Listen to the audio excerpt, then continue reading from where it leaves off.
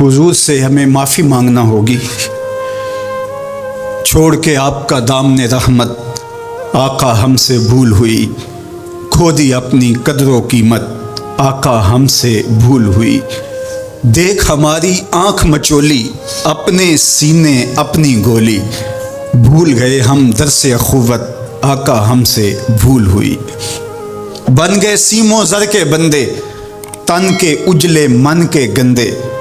لٹ گئی ہم سے فقر کی دولت آقا ہم سے بھول ہوئی۔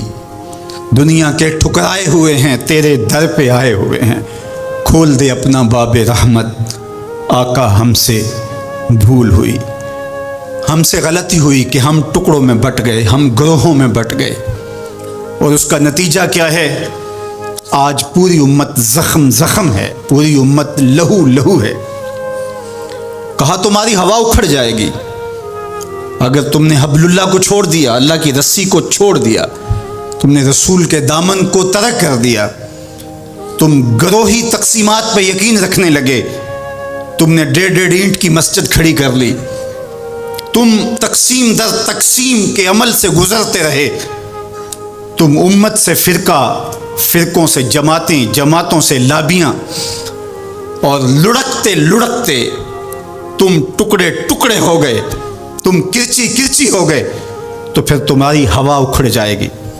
دنیا میں تمہاری کوئی عزت نہیں رہے گی۔ آج حضور کے قلب اطہر پہ کیا گزرتی ہوگی جب شام کی بچیوں کے منہ پہ تماچے مارے جاتے ہیں، جب بغداد میں حضور کی امت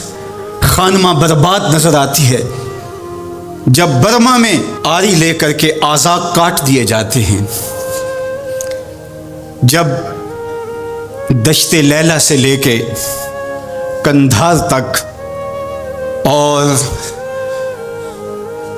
غزہ سے لے کے کشمیر تک لاشیں ہی لاشیں بکھری ہوئی نظر آتی ہیں، بستی بستی، کریا کریا، صحرا صحرا خون، بستی بستی، کریا کریا، صحرا صحرا خون، امت والے امت کا ہے کتنا سستا خون، امت والے امت کا ہے کتنا سستا خون۔ شام، قدس،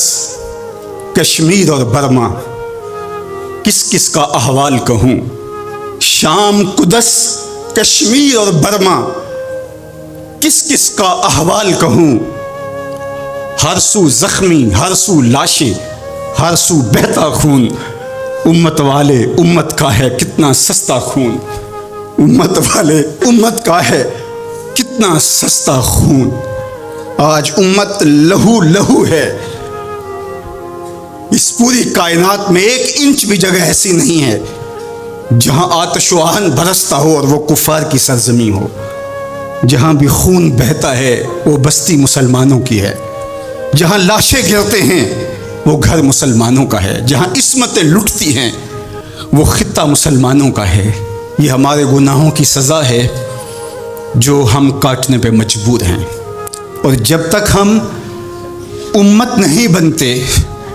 تب تک رسوائیاں ہمارا مقدر ہوں گی، اور ذلت ہمارا مقسوم ہے جب تک ہم ان کے دامن سے نہیں جڑ جاتے۔ قوت عشق سے جب دہر میں اجالا نہیں ہوتا تو پستیوں کو بلندیوں سے بدلنے کا کرینہ آپ نہیں سیکھ سکتے۔ نام محمد کو تھام کر کے، امت کی وحدت کے تصور کو اجاگر کر کے،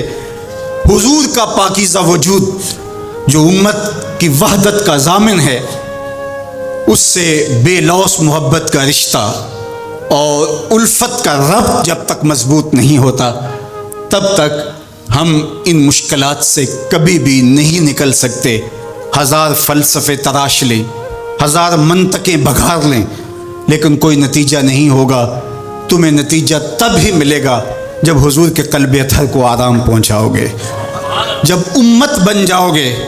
جب حضور علیہ السلام سے وابستگی اپنا شعار زندگی بنا لو گے، تو پھر دہر میں اجالا اور روشنی حضور علیہ السلام کے نام کے صدقے سے نصیب ہوگی، اور تقدیر کا قاضی تمہاری سزائیں معاف کر دے گا، اور پھر نتیجہ تمہارے سامنے اس صورت میں نمودار ہوگا کہ تم بحر و بر کے مالک ٹھہرو گے، اور کائنات کے اندر حضور کے ساتھ وفا کے رشتے کے نتیجے کے اندر لوح بھی تمہارے ہاتھ میں ہوگا، قلم بھی تمہارا ہی مقدر ہوگا۔ لیکن شرط یہ ہے کہ تم صحیح معنی کے اندر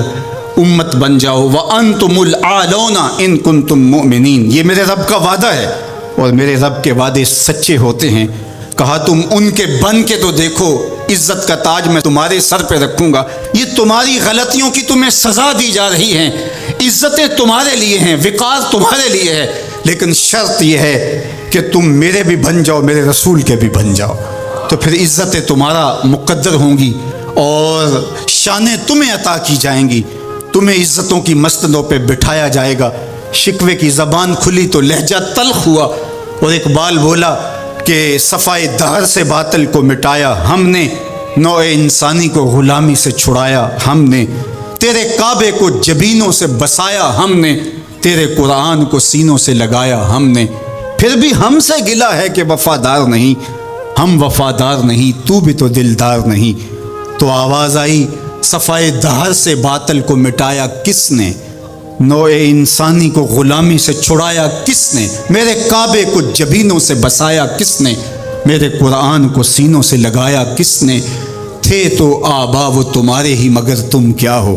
ہاتھ پہ ہاتھ دھرے منتظر فردا ہو، ہر کوئی مست مئے ذوق تن آسانی ہے، تم مسلمان ہو یہ انداز مسلمانی ہے، حیدری فقر ہے نئے دولت عثمانی ہے، تم کو اسلاف سے کیا نسبت روحانی ہے، وہ معزز تھے زمانے میں مسلمان ہو کر، تم خار ہوئے تارک قرآن ہو کر۔ جب تم میرے تھے تو خالد بن ولید کے پاس زہر کی شیشی لے کے پادری آتا ہے، تو حضرت خالد بن ولید پکڑ کے خود اس کو پی جاتے ہیں، اور وہ منتظر ہوتا ہے کہ تھوڑی دیر کے بعد یہ گریں گے اور موت واقع ہوگی، لیکن معمولی پسینے کے بعد حضرت خالد بن ولید کھڑے ہو کے کہتے ہیں میرے رب نے موت نہ لکھی ہو تو موت نہیں آ سکتی، آؤ رب کا ڈر سینے میں پال لو، زمانہ تم سے ڈرنا سیکھ لے گا، ان کے ہو جاؤ زمانہ تمہارا ہو جائے گا، ان سے وابستگی اختیار کرو پھر زمانہ تمہاری نوکری کرے گا۔ پھر میں اقبال کے لہجے میں کہنا چاہوں گا کہ محمد سے وفا تو نے تو ہم تیرے ہیں، یہ جہاں چیز ہے کیا لوح و قلم تیرے ہیں۔